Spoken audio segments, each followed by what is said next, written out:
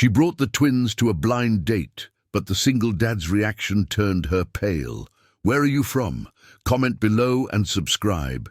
This incredible story has a surprise that will change everything. Marcus wiped down table 14 for the third time that night, his hands moving on autopilot while his mind calculated numbers. $186 in tips from his 6 a.m. to 3 p.m. shift at Romano's Italian, $92 from his evening shift here at the Riverside Grill, and if he was lucky, another $60 from his weekend landscaping gig would cover this month's grief counseling sessions. 4 months since he'd signed those papers. 4 months since he'd walked away from the hospital without the daughters he'd never hold. The door chimed. Marcus glanced up, then froze. She stood in the entrance like she'd stepped out of a different dimension. Tailored navy coat, $800 probably. Blonde hair pulled back in a way that screamed, "Corner office." Oh, Bill, but that wasn't what stopped his breath. It was the babies.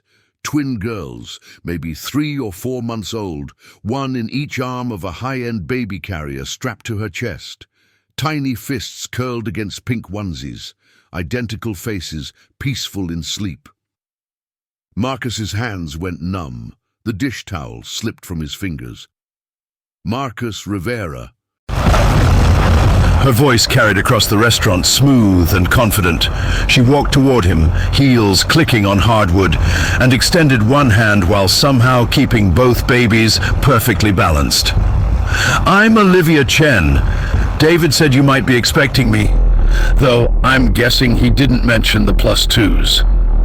David, his buddy from the grief support group." The one who'd been insisting for weeks that Marcus needed to get back out there. Marcus had agreed to this blind date purely to shut him up, expecting some casual coffee meetup, maybe a walk in the park. Not this. His voice came out gravel. He cleared his throat.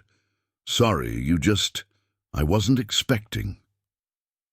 Babies on a first date? Olivia's smile was self-deprecating, but her eyes were watchful, assessing. "I know, it's unconventional, but Emma and Sophie don't have a sitter tonight, and honestly, if a guy can't handle the fact that I'm a package deal, better to know now, right?" Emma and Sophie. The names hit him like fists. He'd chosen those names, written them on the hospital paperwork in shaking handwriting, knowing he'd never get to use them, knowing some other family would change them, give his daughters new identities, new lives, new everything.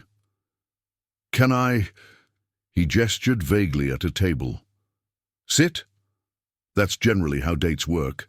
She slid into the booth, and Marcus noticed how naturally she shifted the babies, supporting their heads with practiced ease. One of them, Sophie maybe, or Emma, made a small sound, and Olivia immediately adjusted, swaying slightly. "You okay? You look like you've seen a ghost." More like I'm looking at 2 ghosts, Marcus thought. But he said, "Long day. 3 jobs will do that." "3? Her eyebrows rose. "David mentioned you were a hard worker, but—" "Server here. Morning shift at Romano's across town, and landscaping on weekends." He recited it mechanically, his eyes drawn against his will to the babies. They were beautiful, perfect, and something about them, the shape of their ears maybe, or the way their tiny noses curved, made his chest physically hurt. "That's a lot." Olivia was watching him again, that sharp CEO gaze that probably missed nothing. "What drives someone to work that hard?"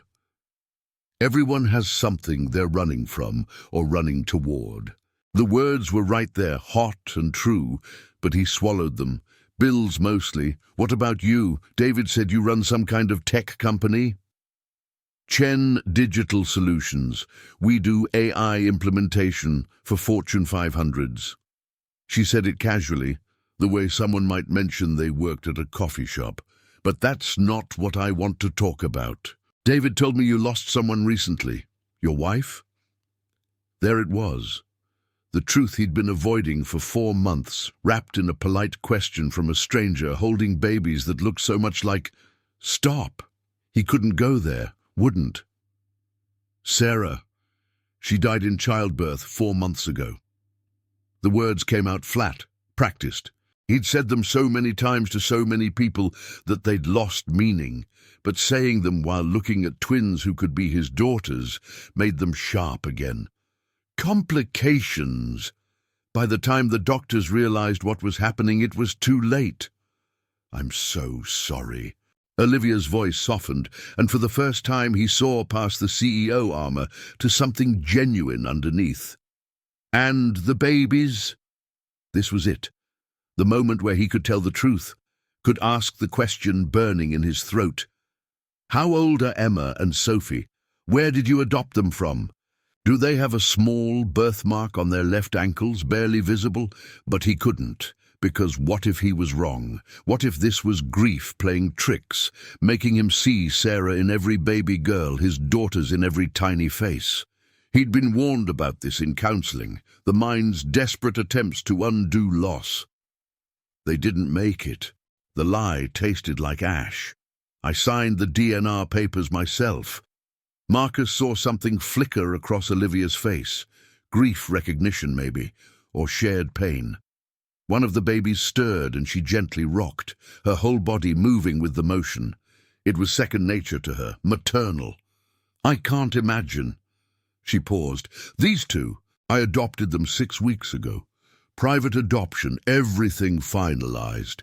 Emma was so sick those first days, barely eating, but Sophie... She smiled down at the baby on her left. Sophie's my fighter. Took to the bottle like a champ. Emma was always the smaller one. Sarah had worried about that during the pregnancy. Spent hours researching twin development, making sure both babies would be healthy. And Sophie, the name felt right for a fighter. Sarah would have loved that. Why adoption? The question escaped before he could stop it. Olivia's expression shifted, and suddenly Marcus was looking at someone who understood loss on a molecular level. I can't have children. Ovarian cancer, 3 years ago. They caught it early, but the treatment... She shrugged, but the gesture was too casual, too practiced. When I saw these two on the adoption site, something just clicked. Like they were mine all along, you know. Marcus knew. God, he knew exactly that feeling, standing in the hospital nursery, looking through glass at 2 tiny humans he'd helped create, feeling like his soul had been split in half and placed in their tiny bodies. They're lucky to have you, he managed. I'm the lucky one. Olivia looked down at the sleeping babies, and her whole face transformed, softer, younger, more vulnerable. I know I'm not their biological mother, and part of me will always wonder about the woman who carried them, who gave them up. But every morning when I wake up to their crying, every 2:09 a.m. feeding, every diaper change, I'm grateful. Does that sound crazy? No, his voice cracked. That sounds like love. They sat in silence for a moment, the restaurant bustling around them. Other servers taking orders, couples laughing, the clatter of dishes from the kitchen.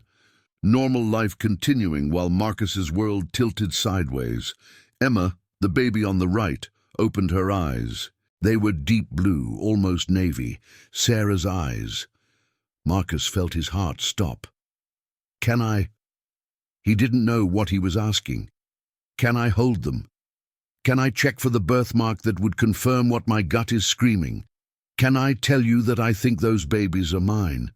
Can you, Olivia prompted gently, tell me about them, Emma and Sophie? What are they like? For the next 20 minutes, Olivia talked.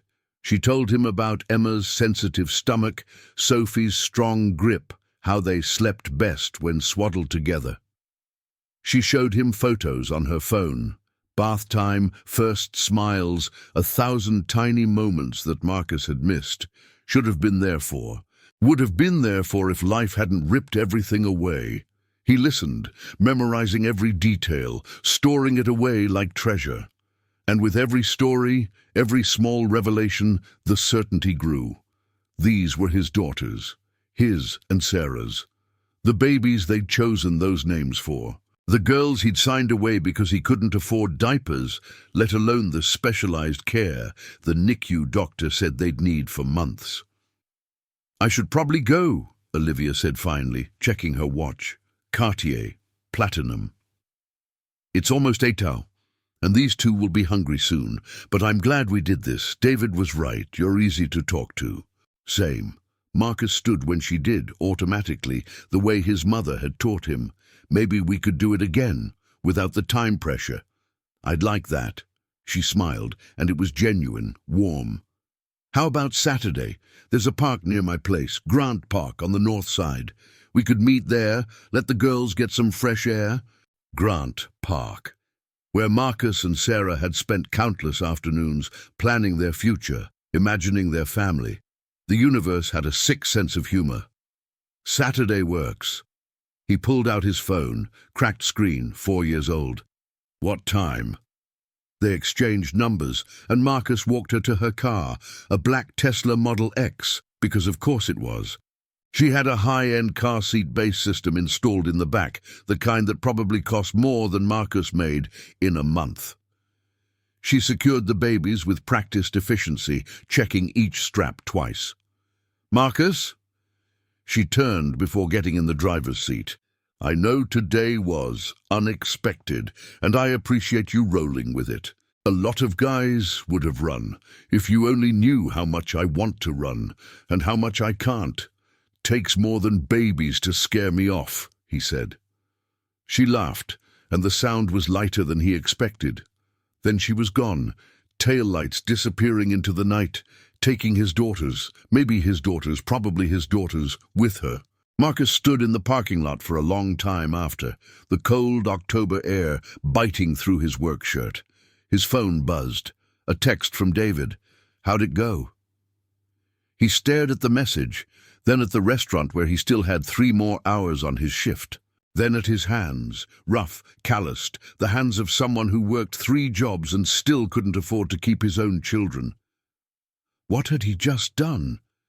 Met a woman who might be raising his biological daughters, and instead of saying something, asking questions, demanding answers, he'd made a date for Saturday, to spend more time with babies who might be his, while lying to the woman caring for them. But what else could he do? Walk up to a stranger and claim her adopted daughters were his biological children based on a gut feeling and some similar features? Destroy her world and the girl's stability on a hunch that could be wrong? He needed proof, real proof, and until he had it, he had to keep quiet, had to keep showing up, had to figure out how to be close to Emma and Sophie without revealing the truth that could take them away from him again. Marcus typed back to David. "It was complicated. I'll call you tomorrow." Then he walked back into the restaurant, put on his server smile, and got back to work. Because that's what he did. That's all he knew how to do. But as he poured water and took orders and cleared tables, one thought circled endlessly. Those were my daughters. I know it, and somehow I have to prove it. I have. Saturday arrived wrapped in that perfect autumn weather. 52 degrees, leaves turning gold and red, the kind of day Sarah had always loved. Marcus stood at the entrance to Grant Park at exactly 10 a.m., wearing his only pair of jeans without stains and a flannel shirt he'd ironed twice, his heart hammered against his ribs. Olivia appeared right on time, pushing a double stroller that probably cost more than his car. She wore athletic gear, expensive athletic gear, the kind with designer logos, but somehow made it look effortless. The babies were awake, tiny hands waving at nothing, and Marcus felt that same punch to the chest he'd felt at the restaurant. "Morning!" She smiled, genuine and warm. "Hope you don't mind the walk. These two love the outdoors." "Who doesn't?" Marcus fell into step beside her, hyper-aware of how close he was to the stroller, to Emma and Sophie. His hands itched to reach in, to check their ankles for the birthmark he'd seen on the ultrasound screen, the one the technician had pointed out with amusement. "Matching birthmarks," she'd said, "like tiny stars on their left ankles. Your girls are already coordinating." They walked in comfortable silence for a few minutes, following the paved path around the pond. Other families dotted the park, kids on swings, couples with dogs, a group of teenagers throwing a frisbee. Normal Saturday morning stuff. Except nothing about this was normal. "So," Olivia said, "tell me about these 3 jobs. That's got to be exhausting." "It's manageable." He shrugged, keeping his eyes on the path ahead. "Romano's morning shift is 6 gone to 2 sound, Monday through Friday. Then I head to the riverside by 4 sound, work till midnight. Weekends I do landscaping for Mr. Chen. No relation, I assume. Not unless I have a secret landscaping uncle." She laughed. "But Marcus, when do you sleep?" 2 ho to 5 a.m. most nights, power naps in my car between shifts." He said it matter-of-factly, the way you describe any routine. "You get used to it." "That's not sustainable." Her CEO voice slipped through, direct, problem-solving. "What are you saving for? House? Car?" "Daughters I gave away because I couldn't afford their medical bills." "Peace of mind," he said instead, "and maybe eventually I'll pay off the hospital debt from Sarah." Olivia's hand found his arm, a brief touch of sympathy. "Medical debt from childbirth? That's $47,000, even with insurance. Even..." The number sat between them, huge and impossible. The NICU alone was $15,000, the emergency C-section, the complications, He stopped. He'd almost said, baby's care afterward, almost revealed that they'd survived, that somewhere in this city 2 little girls had needed expensive medical intervention he couldn't provide. "That's criminal." Olivia's voice hardened. "This country's healthcare system is broken. Tell me about it." Marcus looked down at the stroller where Sophie had grabbed Emma's hand. Such a simple gesture, sisters knowing each other. "Your daughters are lucky. Good healthcare, stability, a mum who can give them everything." "Not everything." Olivia's voice went quiet. "I can give them financial security, sure. The best education, opportunities, experiences. But I can't give them their biological parents' medical history, their heritage, the stories of where they came from." She paused. "The adoption was closed. I know nothing about their birth parents, except that the mother died in childbirth and the father wasn't able to care for them." Marcus's chest constricted. Unable. Such a polite word for too poor, too broken, too destroyed by grief to be trusted with 2 vulnerable lives. Maybe he wanted to, but the words came out harder than he intended. Maybe he had to make an impossible choice. I'm sure he did. Olivia stopped walking, turning to face him. "I think about him sometimes. Wonder if he regrets it. Wonder if he thinks about Emma and Sophie, wherever he is. I hope he knows they're loved, that they're safe." God, she had no idea. Marcus stared at her, this woman with her billion-dollar company and her easy kindness, and something inside him cracked. She was loving his daughters, giving them everything he couldn't, and she was grateful for it, while he stood here lying to her face. "I'm sure he knows," Marcus managed, "and I'm sure he's grateful you found them." Emma started to fuss, that pre-cry whimper babies make. Olivia immediately crouched down, unbuckling her from the stroller. "Hey, sweet girl, what's wrong? Hungry already?" She pulled out a bottle from the designer diaper bag, one of 2 bottles, pre-made and perfectly warmed in some kind of insulated holder. "Can I help?" The offer escaped before Marcus could think. Olivia looked up, surprised. "You know how to feed a baby?" He'd watched YouTube videos for 3 months straight during Sarah's pregnancy, had read every book on infant care he could find at the library, had imagined this exact moment 1,000 times, holding his daughter, giving her a bottle, being the dad he'd promised Sarah he'd be. "I've got steady hands," he said instead. "Sure." Olivia handed him the bottle, then carefully transferred Emma into his arms. The weight of her, barely 12 pounds, tiny and warm and real, sent a shockwave through Marcus's body. She gazed up at him with Sarah's navy eyes, her mouth working as he guided the bottle toward her lips. When she latched on and started eating, something in his chest just broke open. "This is my daughter, my Emma, and she doesn't know me. You're a natural." Olivia settled on a nearby bench, pulling out the second bottle for Sophie. "Have you been around babies much?" "Sarah and I." He had to be careful, had to remember his own lies. We'd talked about having kids someday, before. "I'm sorry." Olivia fed Sophie while watching Marcus, with an expression he couldn't quite read. "It's not fair. You and Sarah should be here together, raising your children. Instead, she's gone and you're—" She stopped. "Sorry. That's too much for a second date, isn't it?" "Nothing's too much anymore." Marcus looked down at Emma, who was drinking steadily, one tiny fist wrapped around his thumb. The grip was surprisingly strong. "Loss kind of strips away the need for small talk." "Yeah," Olivia's voice was soft. "Yeah, it does." They sat in silence, feeding the babies while the park moved around them. Marcus memorized everything. The weight of Emma in his arms, the way she smelled like baby lotion, and something uniquely her, the small, satisfied sounds she made while eating. This might be the only time he ever got to do this, the only time he got to be a father to his daughter, even if she'd never know it. When Emma finished, he instinctively lifted her to his shoulder, rubbing her back in small circles, the way all the YouTube videos had demonstrated. She burped, loud and satisfied, and Marcus felt absurdly proud. "Okay, now I'm impressed," Olivia laughed. "Some guys I've dated don't even know about burping." You've dated a lot since adopting the twins." He wasn't sure why he asked. Maybe because he needed to know how many other men had held his daughters, fed them, pretended to be something they weren't. "You're the first." Olivia's cheeks colored slightly. "Most guys run when they see the babies, or they stick around for a week then ghost. You'd think successful men could handle kids, but—" She shrugged. "I was starting to think maybe it wasn't meant to happen.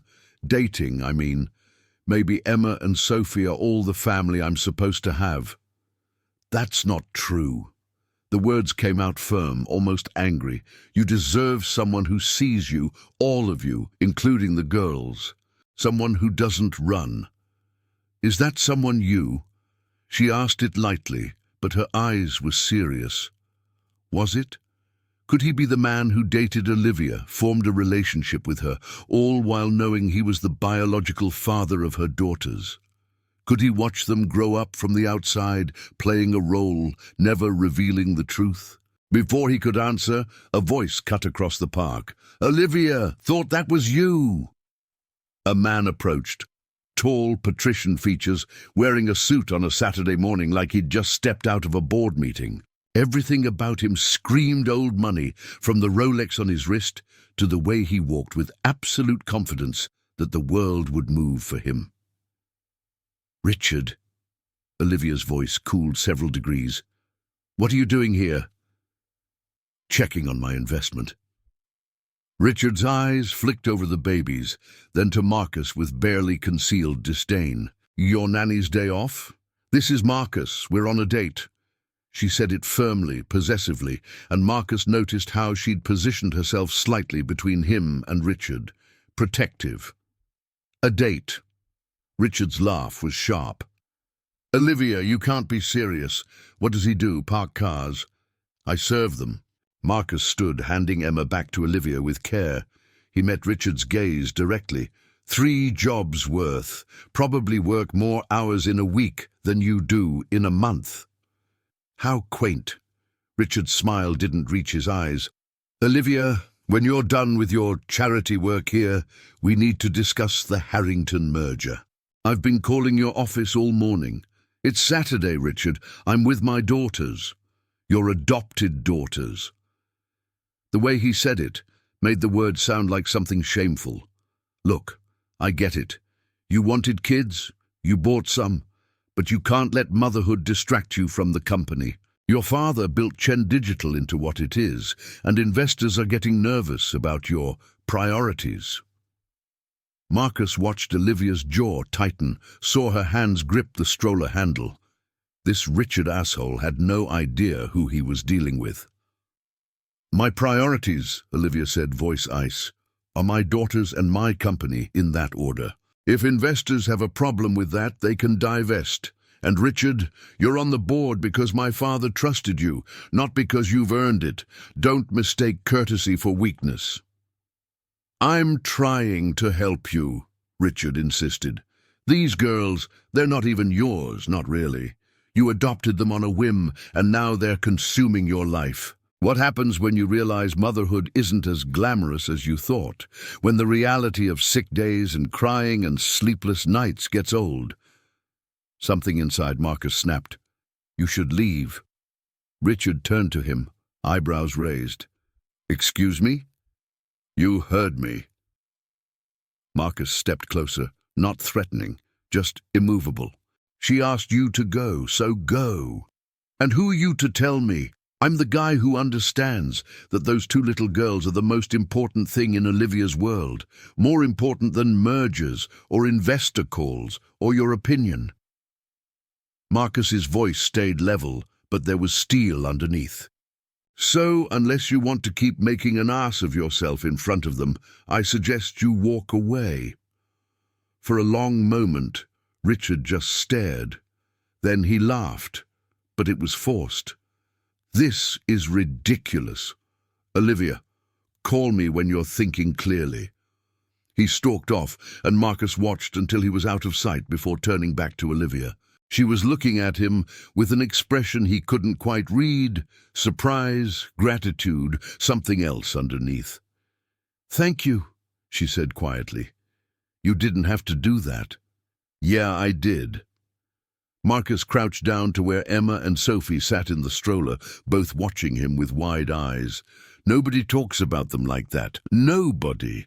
And maybe Olivia couldn't see it, maybe nobody could, but Marcus saw Sarah in Emma's eyes and Sophie's chin, saw himself in the way they both tilted their heads when curious. These were his daughters, his and Sarah's, and whether he could claim them or not, he'd be damned if he'd let some trust fund asshole treat them like commodities. "Marcus Rivera," Olivia said, and there was something new in her voice, something warm and wondering. "I think I like you. Don't like me too much." He stood, meeting her eyes. "I'm complicated. Complicated I can handle." She smiled. "It's boring I can't stand." They spent the next hour walking, talking about everything and nothing. Olivia told him about Chen Digital, about taking over after her father's death 2 years ago, about the pressure to prove herself. Marcus told her about Romano's, about the regular customers who left $2 tips and the ones who left $20, about Mr. Chen's landscaping business and how working with earth and plants felt honest in a way nothing else did anymore. But the whole time, part of his brain was calculating, planning, trying to figure out how to get proof that Emma and Sophie were his daughters without destroying Olivia's world, without losing them again. Because that's what would happen if he revealed the truth, wouldn't it? Olivia would lawyer up, the adoption would be questioned, his parental rights, if he even had any after signing them away, would be examined, and in the end, 2 innocent babies would be caught in the middle of a legal nightmare they didn't ask for. Better to stay quiet. Better to be close to them this way, as Olivia's. What? Boyfriend? Partner? The man who fed them and protected them and never ever told them who he really was. The thought made him sick. But so did the alternative. "I should get them home," Olivia said as they circled back to the park entrance. "Nap time soon, and if we miss the window, it's chaos." "Can I see you again?" Marcus asked. "The 3 of you, I mean." "I'd like that." Olivia touched his arm, a gesture that was becoming familiar. "How about dinner? My place. I'll cook, or attempt to cook, and you can help me survive the witching hour." Witching hour? 5 to 7 p.m., when babies apparently lose their minds. She laughed. "I'm still figuring it out. I'll be there." Marcus committed it to memory. Another chance to be close to Emma and Sophie. Another chance to figure out the truth. "Text me your address?" She did, right there, and Marcus noted it was in the Harrison Heights neighborhood. Old money territory. Brown stones that sold for millions. They said goodbye, and Marcus watched her load the babies into the Tesla, watched her drive away with his daughters. Then he walked to his car, a 2008 Honda Civic with 180,000 miles, and a passenger door that didn't quite close right, and sat behind the wheel without starting the engine. He pulled out his phone and Googled how to request DNA test for adopted child. The search results were what he expected. Legal mazes, parental rights, best interest of the child clauses. Without Olivia's consent or a court order, he couldn't legally obtain the girl's DNA for testing, but there were other ways, less legal ways. Marcus thought about the baby bottle Emma had drunk from, probably still in his car's cup holder, where he'd absently set it. Thought about the cotton swab kit he could buy at any pharmacy. Thought about how easy it would be to... No. He stopped himself. Not yet. He couldn't cross that line yet. Not until he was absolutely certain those girls were his, and if they were, then he'd figure it out, somehow. Marcus finally started the car and headed to Romano's for his afternoon shift. Emma's weight still phantom real in his arms, her grip still tight around his thumb, even though she was miles away now. "I'm going to find out the truth," he promised the empty car, promised Sarah's memory, promised himself. "And when I do, I'll figure out how to be your father, somehow."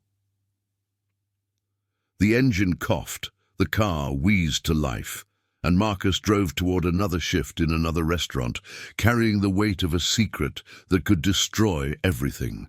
Tuesday night, Marcus stood outside Olivia's brownstone at 5:47 p.m., holding a bag of groceries he'd brought, fresh vegetables from the farmer's market, real Parmesan cheese, ingredients for carbonara because it was simple and impressive and wouldn't break his budget.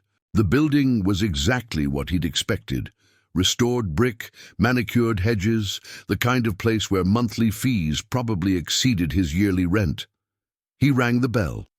The door opened immediately, and Olivia appeared looking frazzled in ways her CEO persona never did. Hair in a messy bun, yoga pants, spit up on her shoulder. Behind her he could hear crying, loud, determined, dual-voiced crying. "Thank God," she breathed. "Come in. Help. Please." Marcus stepped into controlled chaos. The townhouse was beautiful. Exposed brick, modern furniture, art that probably cost more than his car, but currently it was also covered in baby paraphernalia. Bouncy seats, bottles, blankets, toys, and in matching bouncers near the kitchen, Emma and Sophie wailed in perfect, terrible harmony. "They've been like this for 20 minutes. Olivia grabbed her hair. "Nothing works. Not bottles, not singing, not..." She stopped, looking at the bag in his hands. "What's that?" "Dinner." He set it down, then immediately went to Emma. The moment he picked her up, muscle memory kicked in. Support the head, check the diaper, feel for temperature. "When did they last eat?" 4:30. Full bottles both. "Burp them?" "Yes." "Gas drops?" Olivia stared at him. "How do you know about gas drops?" "Because I spent 3 months researching every possible solution to infant discomfort. Because I was going to be a father." "Internet," he said instead, bouncing Emma gently. "Sophie might just need motion. Try walking with her. Firm steps, rhythmic." Olivia picked up Sophie, following his lead. They paced the living room together, Marcus doing a controlled bounce walk that his research said mimicked the movement of the womb, Olivia copying him. Within 2 minutes, Sophie's crying downgraded to whimpers. Emma had already quieted, her tiny body relaxing against Marcus's chest. "What the hell?" Olivia breathed. "How did you do that?" "Sometimes they just need to feel secure." He kept moving, kept the rhythm. "Everything's new to them, scary. They need to know someone's got them." "Well, you've definitely got them." Olivia watched him with an expression that made Marcus's chest tight. "And apparently you've got me too. I was about 5 minutes from a breakdown." They walked until both babies were completely calm, then slowly transitioned to sitting on the couch, girls still in their arms. The sudden quiet was almost jarring. "So," Marcus said, "dinner? You still want to cook after that?" "I came prepared for chaos." He smiled down at Emma, whose eyes were starting to drift closed. "Besides, babies sleep better after crying it out. We've got maybe an hour before the next round." "You're some kind of baby wizard." Olivia shifted Sophie into a more comfortable position. "Seriously, where did you learn all this?" "For my daughters. For Emma and Sophie, my Emma and Sophie. Because I was supposed to be their father, and even though I never got the chance, I learned anyway." "Sarah was obsessed with preparation," he said, which was true. "We took every class, read every book. She wanted to be ready for anything. She sounds amazing." She was.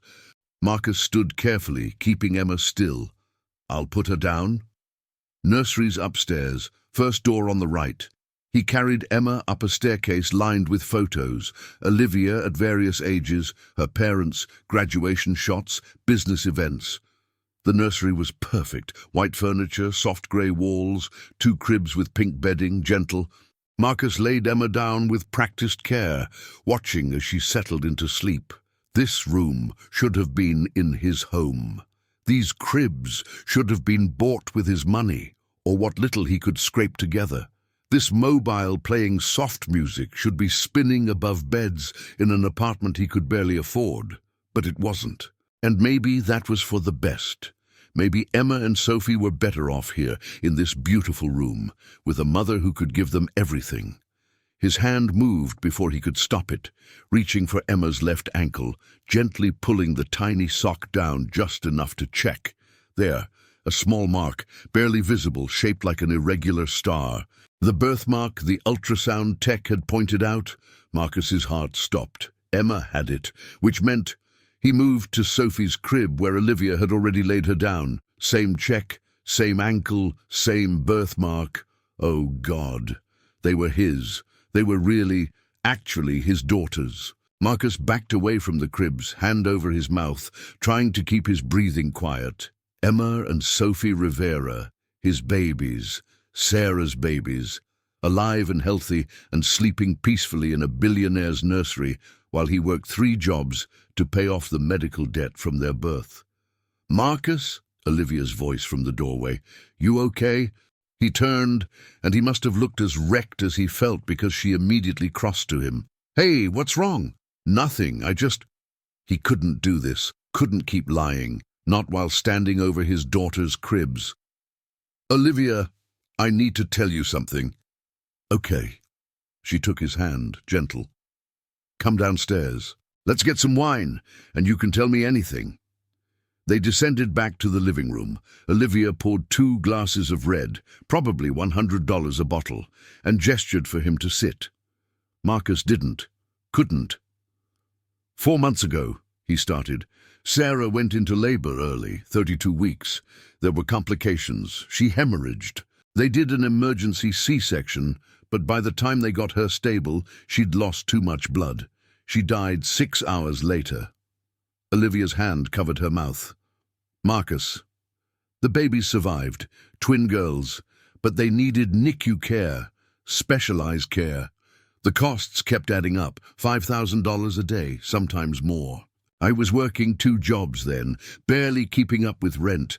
My insurance covered some, but not all, not nearly all." "You don't have to." "Yes, I do."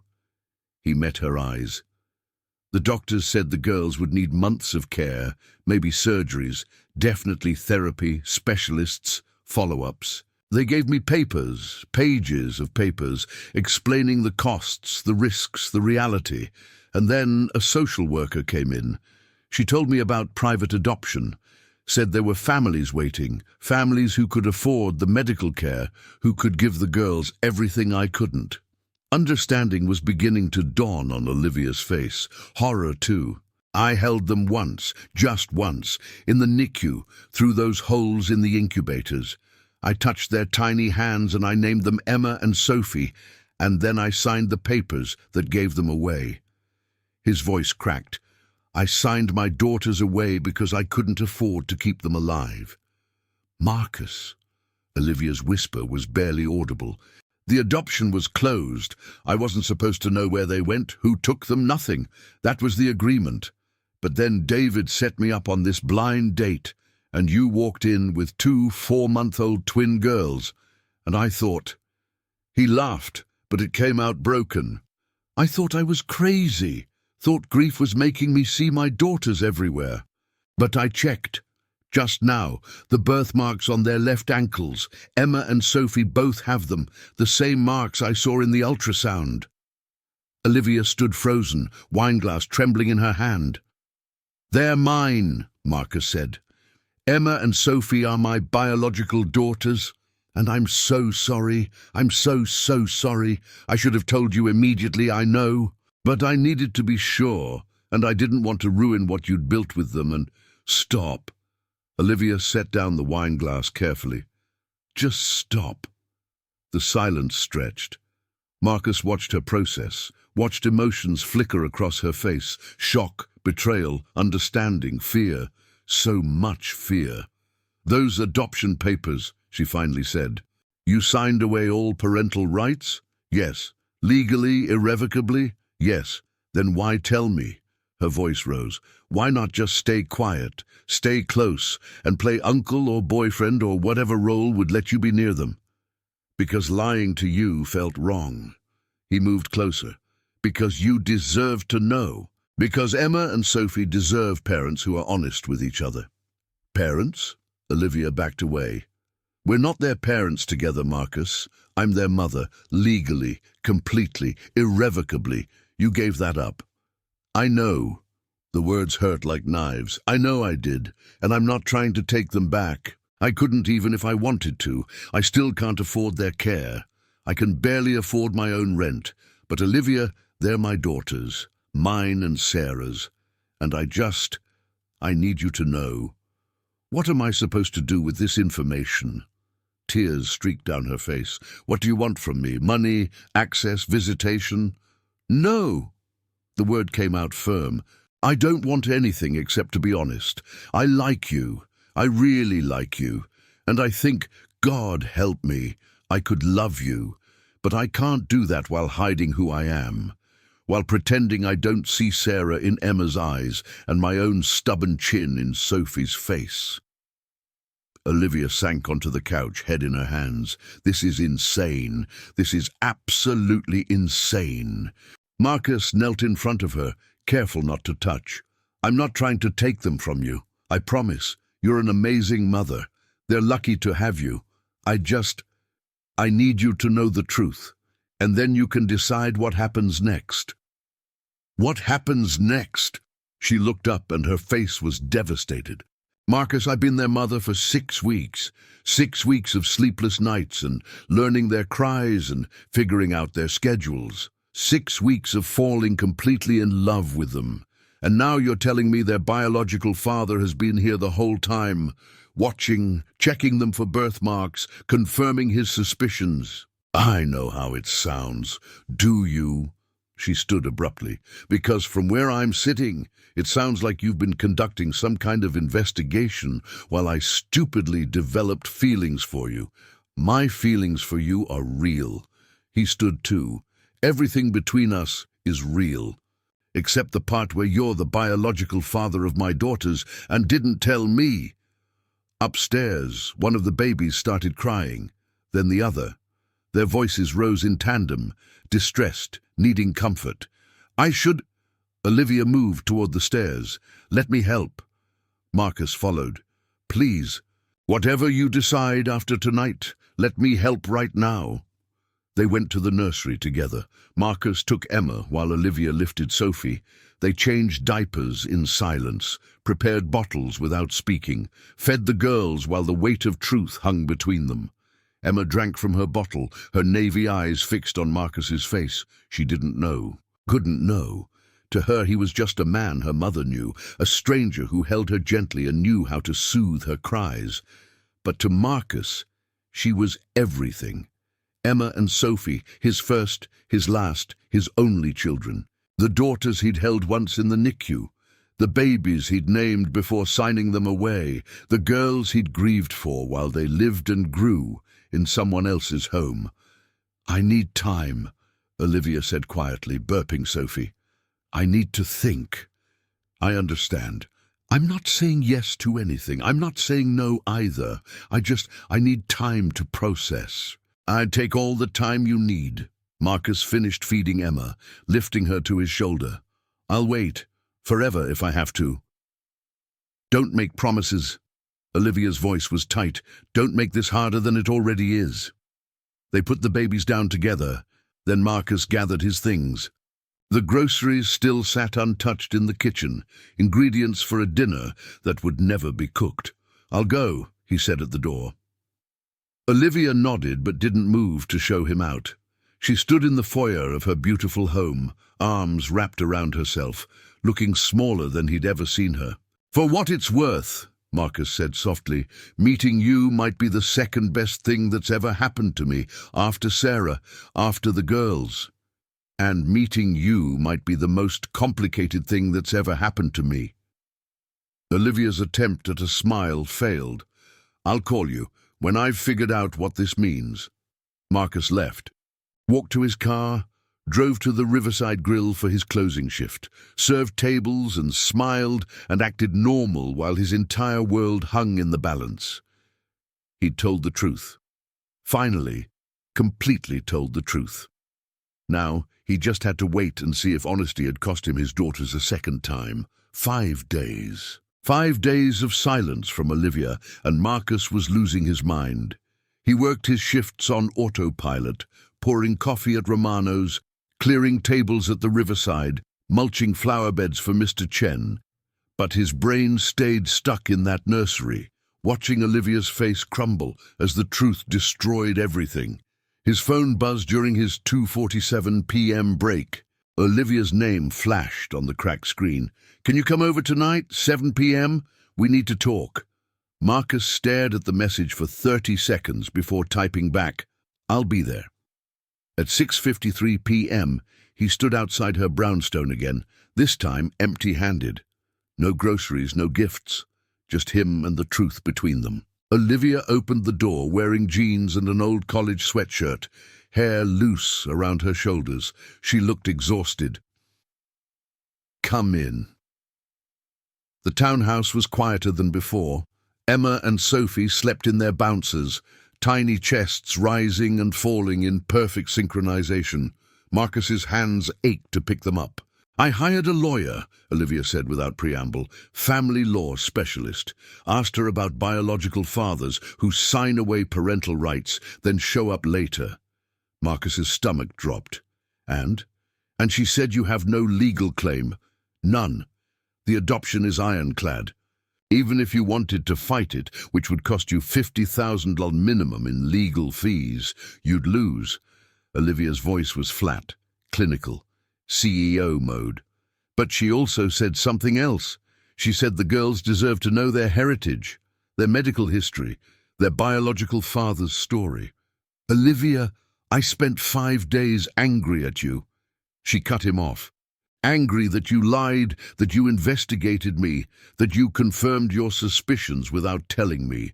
But I also spent 5 days watching Emma and Sophie, seeing what you must have seen. Sarah's eyes, your stubborn chin.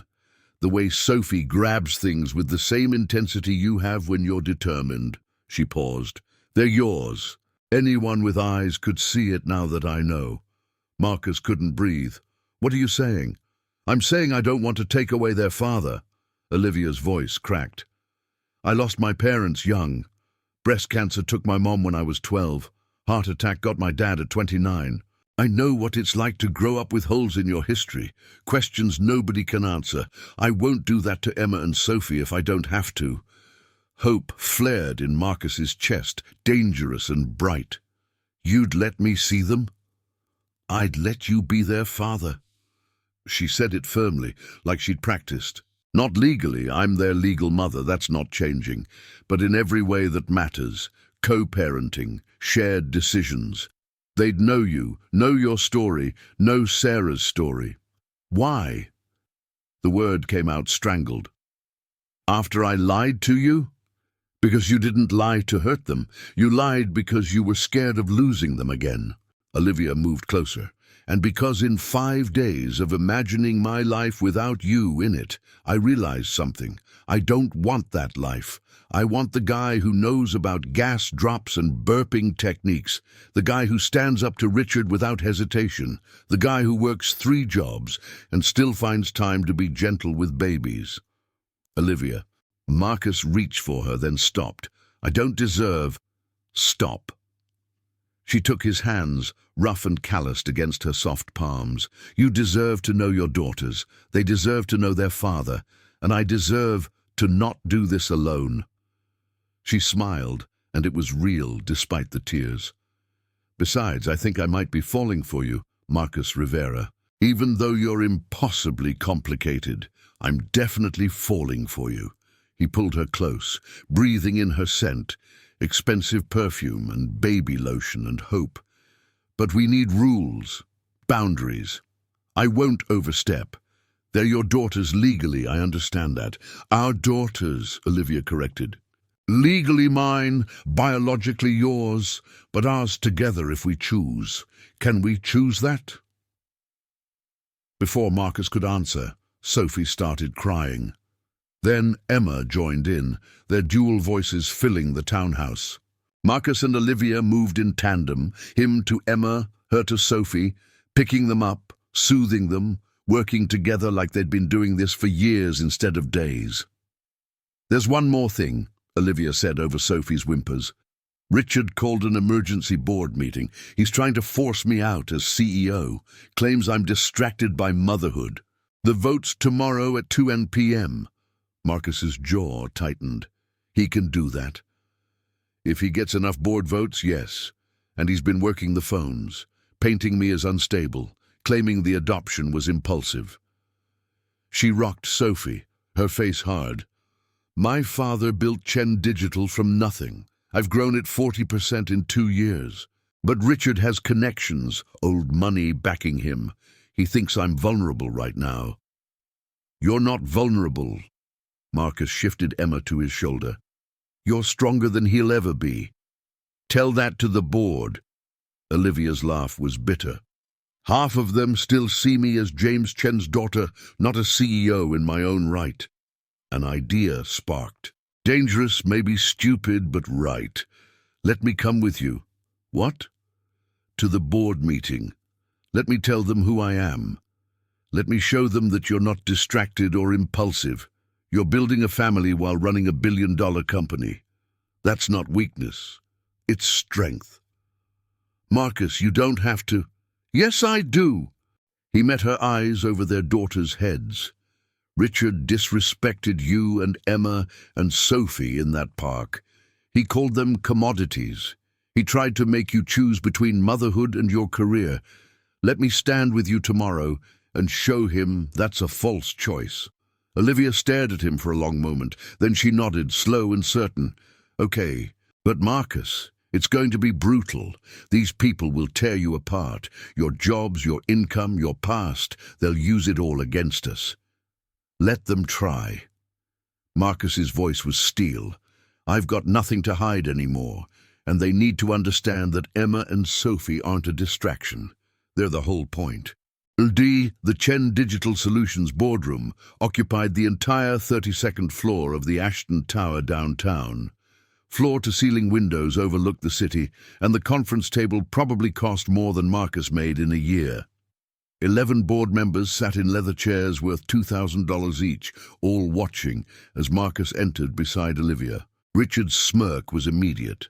Olivia, this is a closed board meeting. Your friend can't be here. He's not my friend.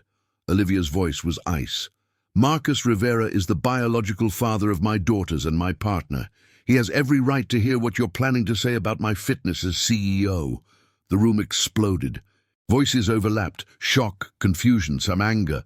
Marcus stood still, hands clasped in front of him, wearing his only suit, a $89 department store special he'd bought for Sarah's funeral. It didn't fit right, pulled across the shoulders from too many hours of physical labor, but it was clean and pressed, and it was all he had. Order! The chairman, an older woman named Margaret Wells, rapped the table. Olivia, you've brought quite a situation to this meeting. Richard called the meeting, Olivia countered. I'm just providing context. Richard stood, his $3,000 suit and Rolex catching the light. Ladies and gentlemen, this proves my point exactly. Olivia adopted children impulsively, and now she's in a relationship with their biological father. This is a soap opera, not corporate leadership. I adopted Emma and Sophie because I wanted to be a mother, Olivia said. Meeting Marcus was coincidence. Falling in love with him was inevitable. Neither affects my ability to run this company. Your Q3 numbers disagree. Richard pulled out a folder. Profits down 3%, 2 major client meetings rescheduled, and you've missed 4 conference calls in the last month, all since the adoption. Profits are down industry-wide due to the tech recession. Olivia's response was instant, sharp. And I rescheduled those meetings to evening calls I could take from home. I haven't missed a single deliverable. Marcus watched the board members' faces. Some were sympathetic, others calculating, a few openly hostile. Margaret Wells just looked tired. Mr. Rivera, Margaret said, perhaps you'd like to explain your relationship with Olivia and these children. This was it. The moment of exposure Olivia had warned him about. Marcus could feel all eyes on him, judging his cheap suit, his calloused hands, the fact that he didn't belong in this room with these people. 4 months ago, Marcus started, my wife Sarah died giving birth to our twin daughters. She hemorrhaged during an emergency C-section. By the time they saved the babies, she was gone. The room went silent. Even Richard looked caught off guard. Emma and Sophie needed NICU care, months of it. The bills were $5,000 a day, sometimes more. I was working 2 jobs, server and landscaper, making maybe $35,000 a year. My insurance covered some costs, but I was facing $200,000 in debt minimum, with 2 premature babies who needed specialized care I couldn't afford. Marcus's voice stayed steady, but his hands shook. He gripped them tighter. A social worker told me about private adoption. Said there were families who could give the girls everything, medical care, stability, opportunities. So I held my daughters once, named them Emma and Sophie, and signed papers that gave them away. Mr. Rivera, Margaret started, I'm not finished. The words came out harder than intended. I signed those papers because I loved them. Because being a father meant choosing their survival over my pride. That's what Olivia doesn't understand sometimes, that the hardest parenting decisions are the ones that break you. Marcus turned to face the board directly. Then, 3 weeks ago, a friend set me up on a blind date. Olivia walked in with 2 4-month-old twins named Emma and Sophie. Same names I'd chosen, same age. Same birthmarks on their left ankles, my daughters. Alive and healthy because Olivia could afford the care I couldn't. And you pursued a relationship with her knowing this? Richard's voice dripped disdain. That's predatory, manipulative. I fell in love with her, Marcus shot back, with the woman who loves my daughters enough to sacrifice her evenings for them, who leaves board meetings early to make it home for bedtime, who learns every cry and preference and need. I fell in love with Emma and Sophie's mother, the only mother they've ever known. How touching. Richard's smile was sharp. And how convenient for you, dating a billionaire, gaining access to your biological children without any legal responsibility or financial burden. Must be nice. Something inside Marcus snapped. You think this is nice? You think waking up every morning knowing my daughters are growing up a car ride away is nice? Feeding them bottles while knowing I can't legally claim them? watching Olivia struggle with nighttime feedings alone because I had to work the midnight shift at a restaurant? He stepped forward, and several board members flinched. Marcus didn't care. I work 85 hours a week across 3 jobs. I sleep in my car between shifts. I've got $47,000 in medical debt from Sarah's death and my daughter's birth. And you know what, Richard? I'd do it all again. Every sleepless night, every dollar I don't have, every impossible choice, because that's what fathers do. They sacrifice. Mr. Rivera. Margaret's voice was gentle. Please sit. No. Marcus's voice cracked. Because you need to understand something. Olivia didn't get distracted by motherhood. She got focused by it. She's running a billion-dollar company while raising twins alone. Or she was, until I showed up. Now she's got a partner. Someone who knows about 2 feedings and teething, and the difference between a hungry cry and a tired cry.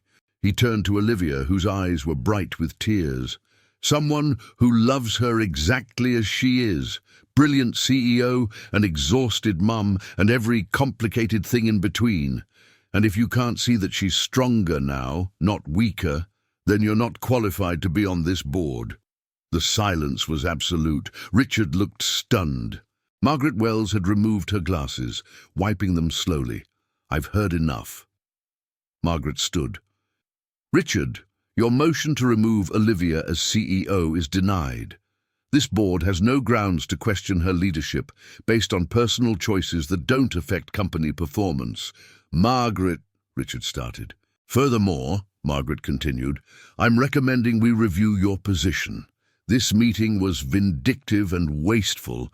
We have an empire to run, not high school drama to adjudicate. She turned to Olivia. Ms. Chen, you have this board's support. Go home to your daughters. Marcus felt Olivia's hand find his, gripping tight. They walked out of that boardroom together, leaving Richard sputtering protests to an empty room. In the elevator, Olivia finally broke. She pulled Marcus close, burying her face in his cheap suit jacket, shoulders shaking. You didn't have to do that. Yes, I did. He held her, this brilliant, complicated woman who'd given his daughter's life when he couldn't. Nobody talks about our family like that. Nobody. Our family. Olivia looked up, tears streaming. You said our family. That's what we are, aren't we? Marcus wiped her tears with rough thumbs. Messy and complicated and completely ours. Completely ours, she whispered. Then she kissed him, right there in the elevator, and Marcus tasted salt and hope and the future they were building together. 3 months later, Marcus stood in the NICU where he'd first held Emma and Sophie. Olivia had arranged the visit, a way to face the past, she'd said, to close the circle. The hospital hallway still smelled like antiseptic and old coffee. The same linoleum floors, the same fluorescent lights. But this time, he wasn't alone. Olivia stood beside him, holding 7-month-old Emma. Marcus cradled Sophie against his chest. They'd come to meet Dr. Sarah Chen, no relation to Olivia, who delivered the twins and saved them when Marcus couldn't. Mr. Rivera. Dr. Chen emerged from the NICU, older than Marcus remembered, grey hair instead of brown. I wondered if I'd ever see you again. I wondered if I'd survive seeing you again, Marcus admitted. They sat in the family consultation room where he'd signed the adoption papers. The ghosts were thick here. Sarah's absence, his grief, the impossible choice he'd made. These are my daughters, Marcus said, voice tight. Emma and Sophie. They're healthy. They're perfect. They're beautiful. Dr. Chen smiled. And you found them. How? Olivia told the story, the blind date, the revelation, the choice to co-parent. Dr. Chen listened, nodding occasionally, her eyes moving between Marcus and Olivia and the babies. I have something for you, Dr. Chen said finally. She pulled out a worn envelope. Sarah gave this to me the morning she went into labor. Made me promise to hold it until the babies turned 1 year old, then find their father, whoever had them, and deliver it. Marcus's hands trembled, taking the envelope. Sarah's handwriting scrawled across the front. For Emma and Sophie's father. To be opened when they're one. I'll give you privacy. Dr. Chen stood. But Mr. Rivera? You made the right choice. These girls are alive because you loved them enough to let them go. When she left, Marcus stared at the envelope for a long time. Olivia shifted closer, Emma gurgling happily in her arms. Want me to read it? We'll read it together. Marcus opened the envelope with shaking hands. The letter was 3 pages, Sarah's neat script filling every line. My love, if you're reading this, I'm gone, and our daughters are turning 1 year old. I'm so sorry I'm not there to see it. Their first steps, first words, first everything. But I need you to know some things. First, I know you. I know you're carrying guilt about whatever choice you had to make. You probably think you failed them, failed me. You didn't. The fact that they're alive to read this letter means you did exactly what needed to be done. Second, my grandmother was adopted. She spent her whole life grateful to both her biological parents who gave her up and her adoptive parents who raised her. She taught me that love isn't about biology or law. It's about showing up day after day in whatever way you can. Third, I need to tell you something I never got the chance to say. When we found out we were having twins, I was terrified. We were so broke, Marcus, so unprepared. But you looked at those ultrasound images and said, "We'll figure it out. We always do." That's who you are, a man who figures it out, who keeps showing up even when it's hard. So here's what I need you to know. Whatever choices you made about Emma and Sophie's care, you figured it out, whether you're raising them, or whether someone else is, or whether you found some impossible third option, you did right by our girls. And Marcus, if there's someone new in your life, someone helping with the girls, someone who makes you feel less alone, don't you dare feel guilty. I want you to be happy. I want our daughters to see you smile, to know you as the man I fell in love with, not the man who's drowning in grief. Tell Emma and Sophie their mother loved them. Tell them I fought to bring them into this world. Tell them their father is the bravest man I ever knew. All my love, forever and always. Sarah. Marcus couldn't see through his tears, couldn't breathe through the sob building in his chest. Olivia was crying too, one hand on his shoulder, Emma pressed between them. She knew, Marcus choked out. She knew I'd have to give them up. She was giving me permission. She was giving you grace. Olivia's voice broke. The same grace you've given yourself by letting me be their mother. The same grace we're building this family on. Sophie made a small noise against Marcus's chest. He looked down at her. Sarah's navy eyes staring back at him, curious and alive and perfect. Emma reached for him from Olivia's arms, and Marcus took her too, holding both daughters close. I want to tell them about Sarah, he said. When they're old enough, I want them to know both mothers, the one who brought them into the world and the one who kept them in it. We'll tell them together. Olivia leaned her head against his shoulder. About Sarah's bravery, about your impossible choice, about how sometimes families find each other in the most unexpected ways. Marcus kissed the top of Emma's head, then Sophie's. Thank you, he whispered to Sarah's memory, for them, for your grace, for leading me to Olivia. They sat in that room for a long time, a family built from loss and choice and love.